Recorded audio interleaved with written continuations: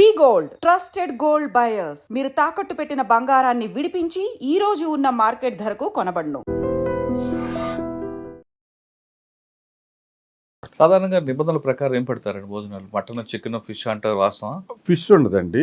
మేము ఉన్నప్పుడు mutton first అయితే మేము సర్వీస్లో జాయిన్ అయినప్పుడు ఓన్లీ మటనే ఉండేది. తర్వాత అసలు మా ఆఫీసర్స్ దాని మీద చాలా శ్రద్ధ తీసుకున్నారంటే, ఎంత శ్రద్ధ తీసుకున్నారంటే బయట ప్రపంచానికి కూడా తెలియదు. ఒక రకంగా చెప్పాలంటే సన్ఫ్లవర్ మేము కొనే సన్ఫ్లవర్ ఆయిల్ కల్తీ దొరుకుద్ది, ఖైదీలకి అనారోగ్యం జరుగుద్దని అనంతపురం జైల్లో గ్రౌండ్ నట్ ఆయిల్ మిషనరీ పెట్టారు. అప్పటికప్పుడు డీజీ గారు డెసిషన్ తీసుకుని 35 లక్షల రూపాయలు పెట్టి మిషన్ పెట్టి గ్రౌండ్ నట్ ఆయిల్ ఆడిచ్చి రాష్ట్రం అంతా సప్లై చేయడానికి పెట్టారు. ఎందుకంటే ఫస్ట్ మేము 15 కేజెస్ టిన్స్ కొనేవాళ్ళం, అగ్మార్క్ చూసేవాళ్ళం, వాటిలో అడల్ట్రేషన్ జరుగుద్దని మళ్ళీ 1 లీటర్ పోచెస్ తీసుకునేవాళ్ళం. 1 లీటర్ పోచెస్ అయితే అడల్ట్రేషన్ ఉండదని.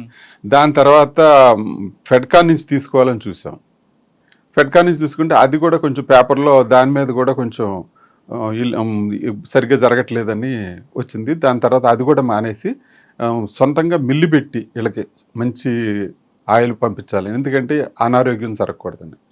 అందుకని సాధారణంగా ఉదయం నుండి వారం రోజులు మెనూ ఉంటుంది కదా, మెనూ ఏం చెప్తారు? సోమవారం ఏంటి, మంగళవారం ఏంటి, బుధవారం ఏంటి? సోమవారం కందిపప్పు అండి, మంగళవారం శనగపప్పు, బుధవారం పెసరపప్పు, అట్లా 3 పప్పులు రొటేషన్. మళ్ళీ గురువారం, శుక్రవారం, శనివారం అట్లా మళ్ళీ రొటేషన్ అవుతుంది.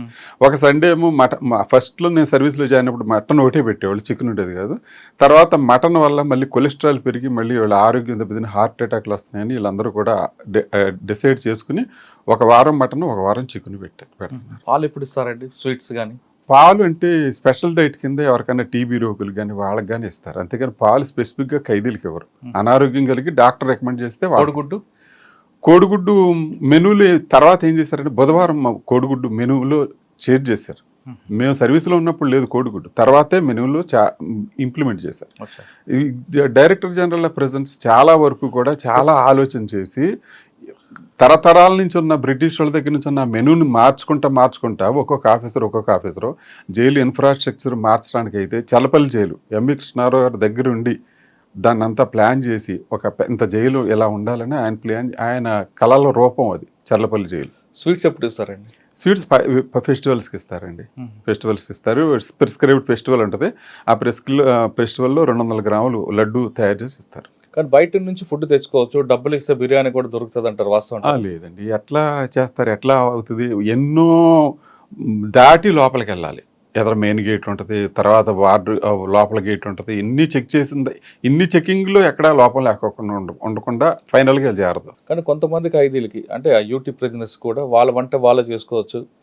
లేదండి, అలాంటివన్నీ పాత రోజులు, పాత జమానా. అసలు ఇప్పుడు అలాంటి ఎక్కడో కొంతమంది సెలబ్రిటీస్ వచ్చారనుకోండి, నేను జైలు ఫుడ్ తినమంటే అప్పుడు ఏం చేస్తారు? జైలు ఫుడ్ తిన్ను అని అనటానికి ఏమి ఉండదండి. అక్కడ ఏముండదు, అందరితో పాటు కామన్ గానే ఫుడ్ తినాలి. అన్లెస్ అదర్వైజ్ కోర్టు నుంచి ఏదైనా ఆర్డర్ తెచ్చుకుంటే ఆ ఫుడ్ ఎలా చేస్తారు? అంటే ఎవరు కోర్టు నుంచి ఆర్డర్ ఎవరికి ఇస్తారు? జగన్మోహన్ రెడ్డి ఉన్నారు, ఎక్స్ సీఎం. ఆయన కోర్టు నుంచి ఇంటి నుంచి ఫుడ్ తెచ్చుకోవడానికి ఆర్డర్ తెచ్చుకున్నాడు, తీసుకుంటాడు. అంతే. అంటే కోర్టు ఆర్డర్ ఇస్తే కోర్టు ఆర్డర్ ఇవ్వాలి. అంటే జైల్లోనే వండుతారా లేదా బయట నుంచి తెప్పించు?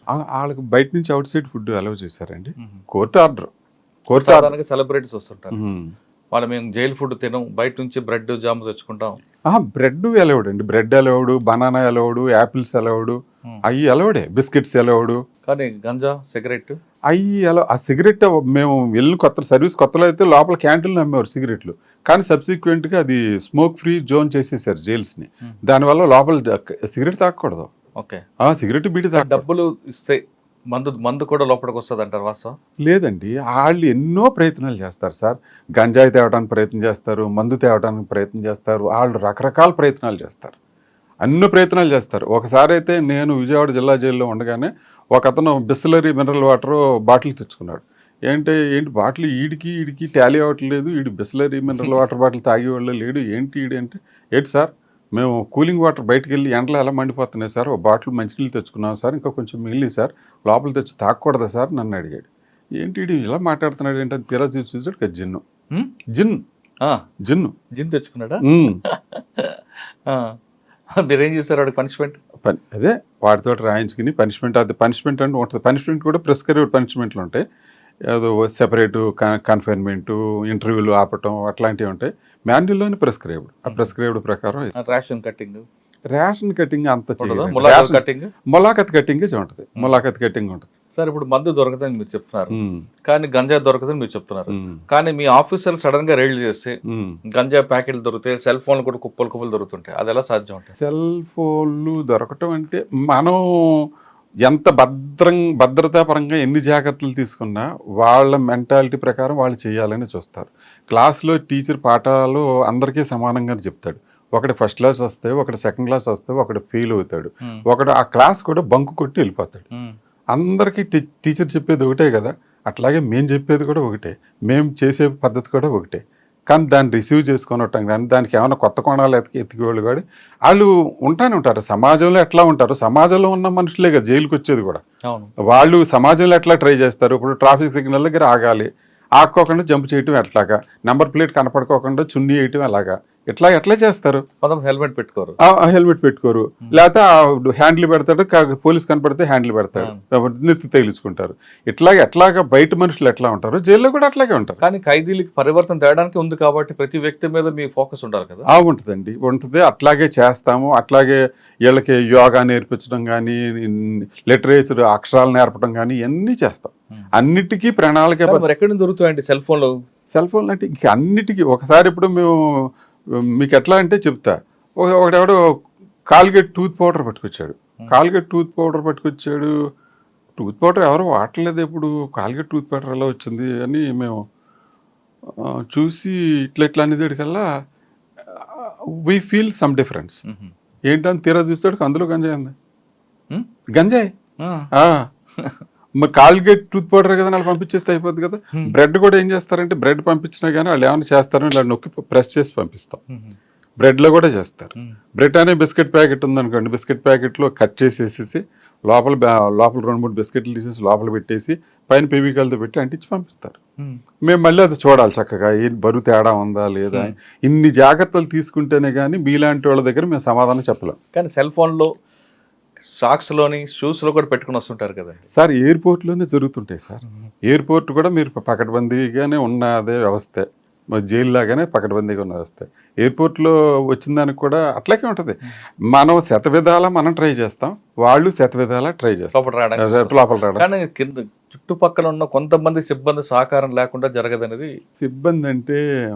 సిబ్బంది కూడా బయట జనం నుంచి, సమాజం నుంచి వచ్చిన వాళ్ళే కదా సార్, వచ్చిన వాళ్ళే.